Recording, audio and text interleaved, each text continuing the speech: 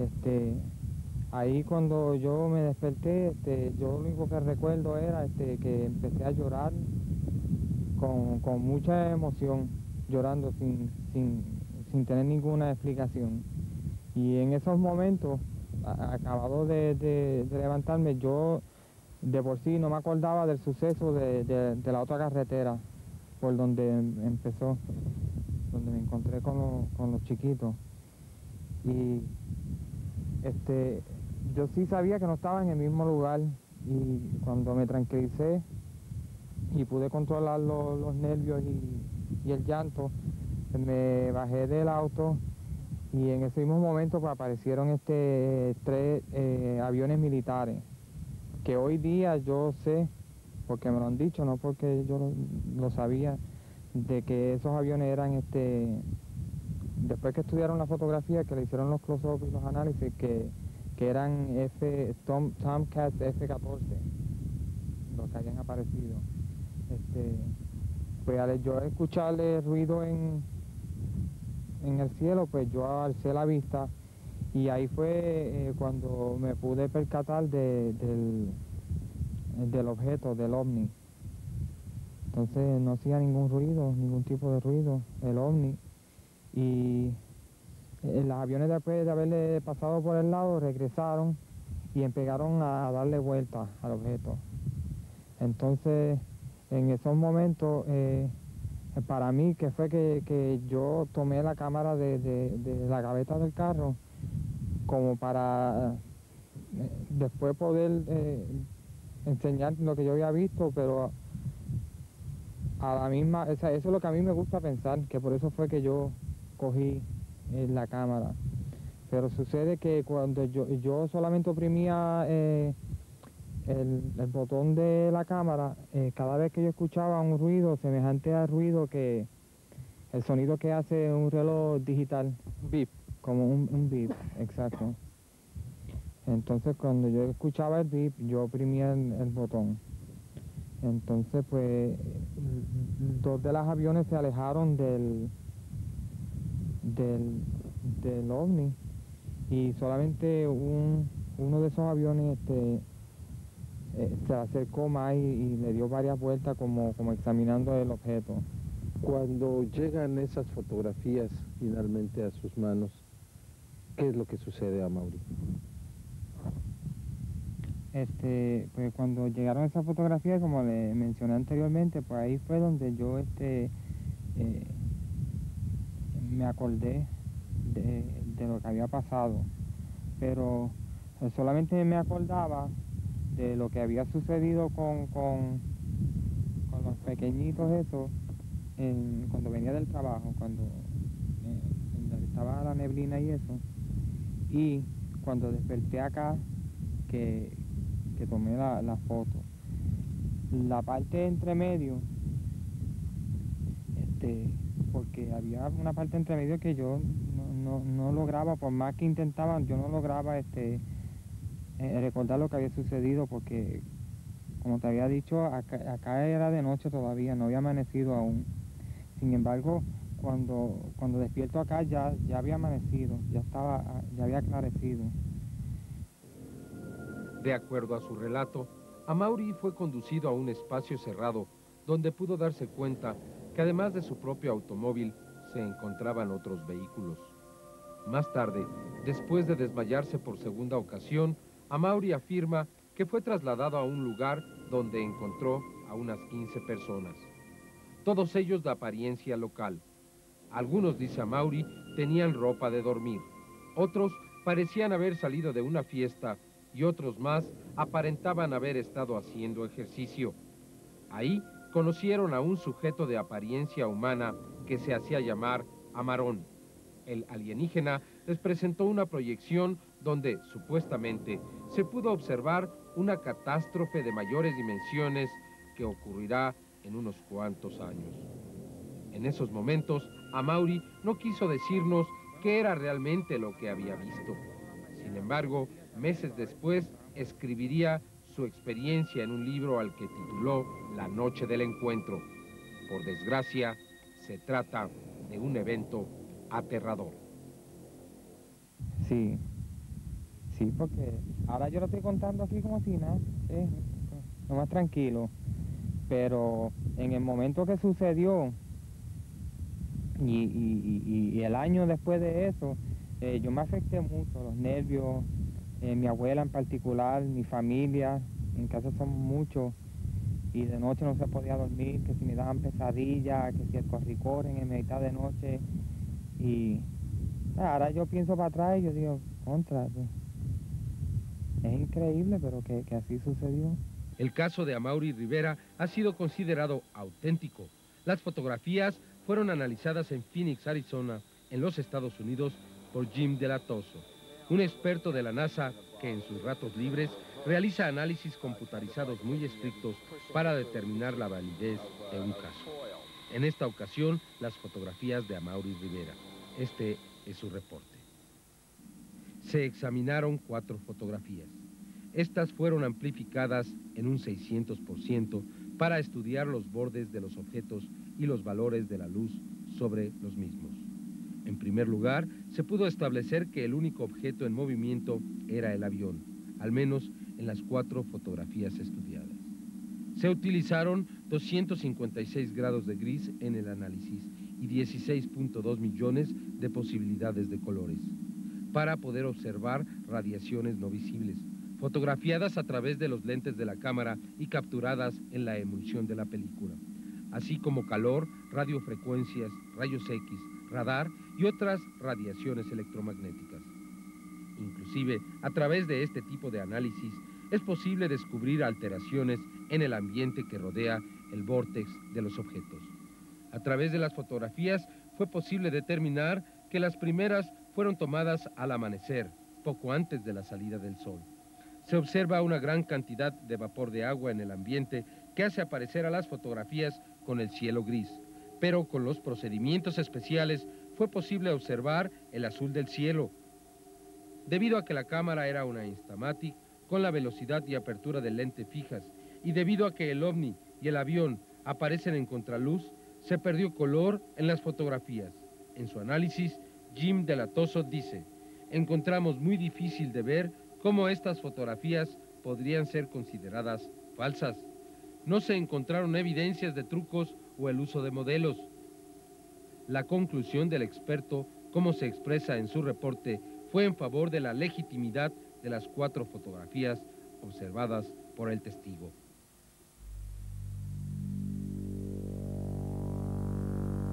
Fotografía número 1. Aparece un avión F-14 de la Marina y un gran disco. Ambas naves se encuentran a 10 grados de elevación sobre el horizonte. La hora es poco antes del amanecer. Se observa una gran humedad y luces prendidas debajo de los objetos. El disco aparece a 500 metros de distancia, mientras que el avión aparece a unos 1500 metros de distancia. Una vuelta así le toma entre 5 y 7000 metros a un avión de estas características. Se encuentra volando a una muy baja velocidad debido a que las alas de vuelo lento se encuentran extendidas. Se encuentra realizando un vuelo muy peligroso, muy lento y muy bajo para este tipo de aviones.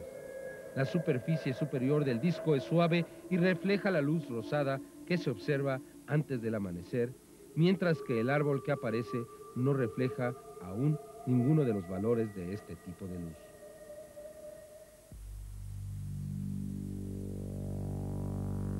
Fotografía número 2. No se observa al avión en esta foto. El disco se observa a 20 grados sobre el horizonte. El objeto se encuentra más alejado del testigo.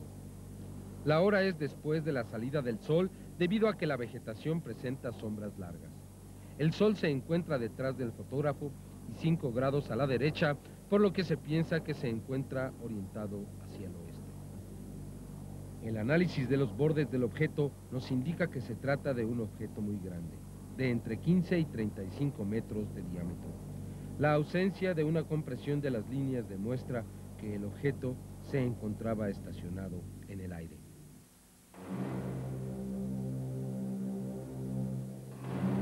Fotografía número 3. El disco y el avión F-14 son observados a 25 grados sobre el horizonte y el fotógrafo se encuentra de cara al oeste. La vegetación revela los rayos luminosos del sol y se observan sombras largas.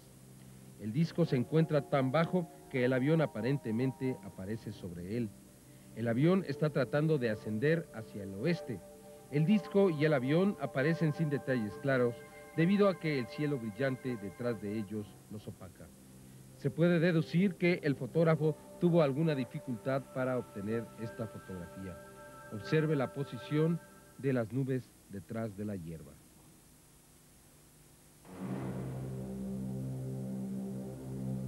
Fotografía número 4. El disco se encuentra muy bajo como para que el avión se le pueda aproximar aún más. Pero se observa con claridad cómo el piloto trataba de volar a la velocidad más baja que puede hacerlo en este tipo de avión supersónico. Se observa que pasó alrededor del objeto en varias ocasiones. El fotógrafo se encuentra de pie, dejándonos ver más árboles en la lejanía. Esta fotografía fue tomada de 3 a 5 minutos después que la anterior, debido a que la conformación de las nubes ha cambiado muy poco. El cielo presenta los mismos valores de color que la fotografía anterior. El análisis de los bordes demuestra que el avión ha realizado un movimiento hacia adelante y la izquierda, comparada al disco que aparece más cercano, lo que elimina la posibilidad de utilizar un modelo.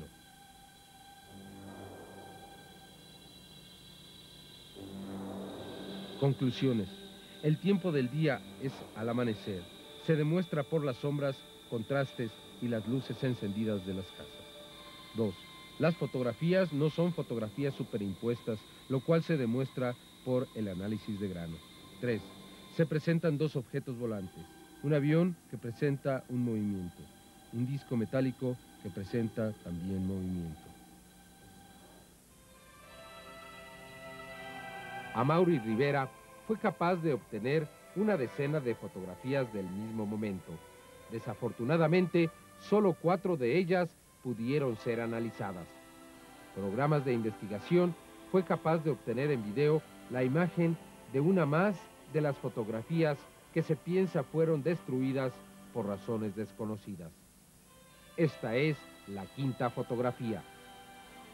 Se puede observar al avión F-14 Tomcat realizando una maniobra muy peligrosa. Aparentemente trata de elevarse después de realizar un vuelo muy bajo y a una velocidad mínima.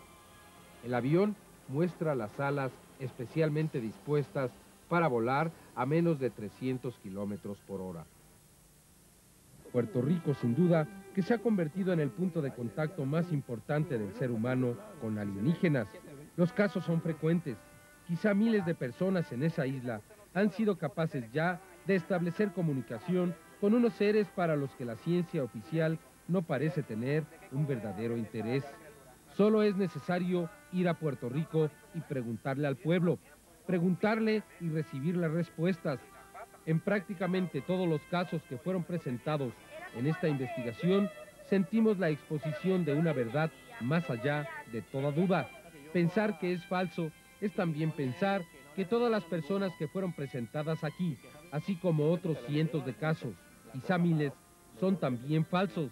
El presidente George Bush nunca dio respuesta a la carta del alcalde del poblado de Adjuntas. El pueblo se quedó sin respuesta. Aún no se sabe nada sobre los 5 o 6 aviones de la Marina que han desaparecido en el área. Sin pretender asegurar qué ocurrirá, esta es la visión del futuro que le fue presentada a Amaury Rivera Toro por los alienígenas.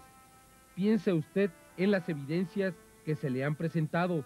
Si es necesario, vuelva a ver el programa y establezca una conclusión. Lo que aquí se ha presentado podría ser de gran importancia de ser aceptado oficialmente. El tiempo nos dará las respuestas. Las preguntas han sido abiertas.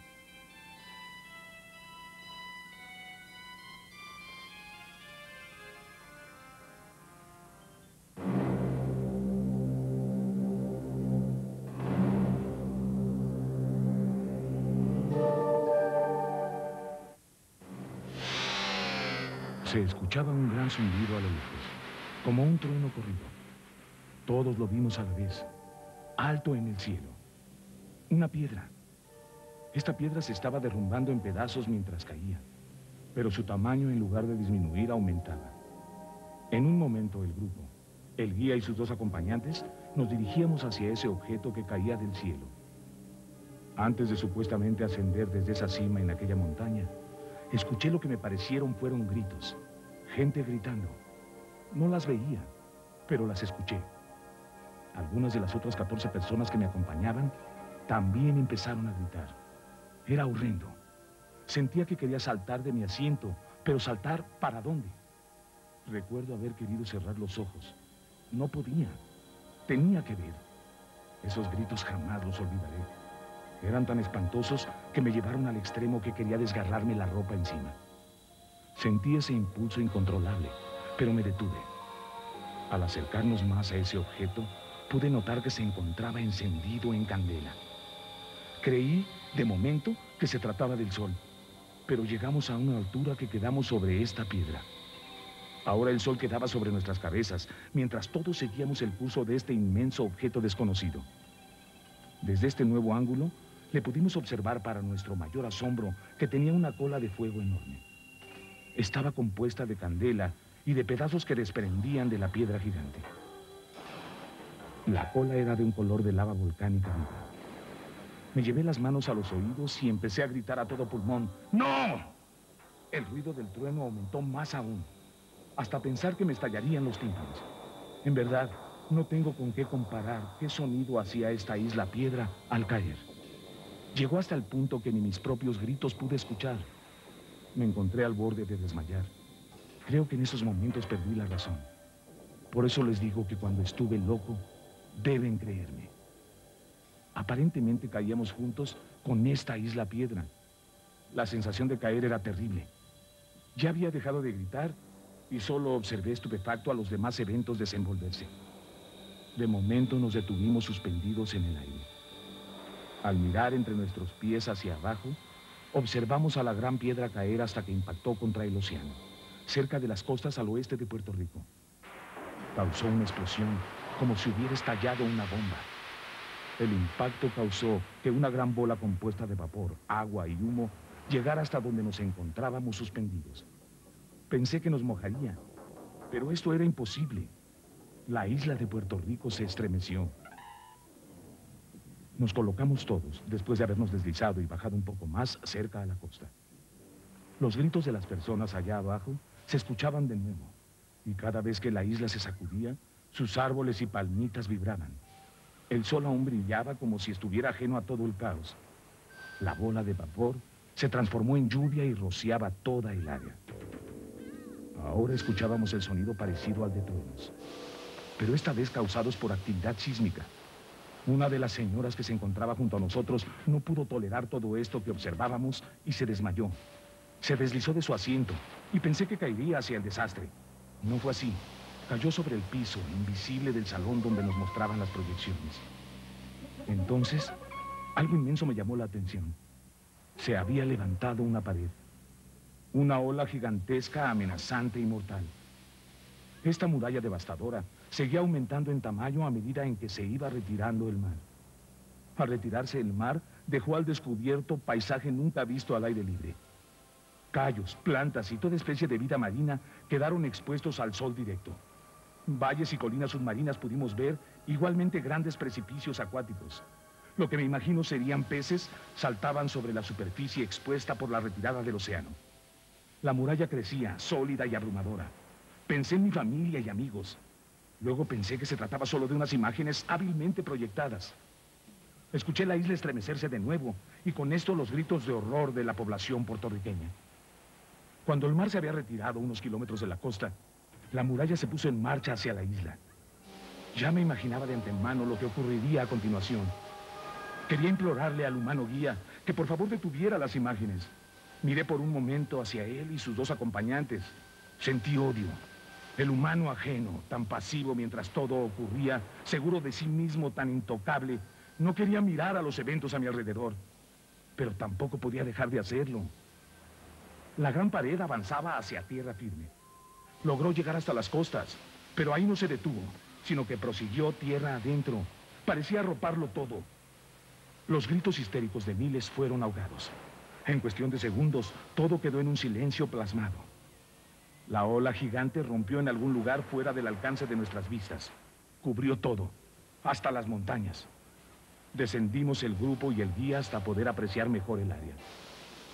El mar estaba lleno de escombros y toda clase de basura. Vimos cientos de casas destruidas, desmanteladas, sus pedazos de madera flotando por doquier. Palmas y árboles habían sido arrancados de sus raíces, como arrancar arbolitos de un semillero. Lo que me pareció ser un islote resultó ser una de las montañas más altas de esta área. Todo lo demás boyaba en las aguas negras llenas de personas ahogadas junto a 1 millar de animales. Lo extraño es que todo esto ocurrió a la luz del día. El sol aún brillaba como antes del desastre, como si nada hubiera pasado. Las personas junto a mí y yo llorábamos incontroladamente. La señora que se había desmayado se encontraba consciente. Este dolor emocional fue muy fuerte. Le daba a uno ganas de dejar de existir. El guía trataba de consolarnos, diciéndonos que esto no ocurría en estos momentos. Nos volvió a recalcar que se trataba de imágenes proyectadas. Mis pensamientos se encontraban erráticos. Las imágenes mentales salían y entraban a mi mente. Mi sistema nervioso lo sentía a punto de quebrantarse. En mi mente veía imágenes feas, horribles, relacionadas al bienestar de mis familiares. Pensé que algunas de las miles de personas ahogadas podrían ser ellos. Nuestros asientos giraron lentamente para que observáramos a nuestro alrededor todo el horror. El desperdicio en el mar era tremendo. No vi más aves y la única vida humana éramos nosotros.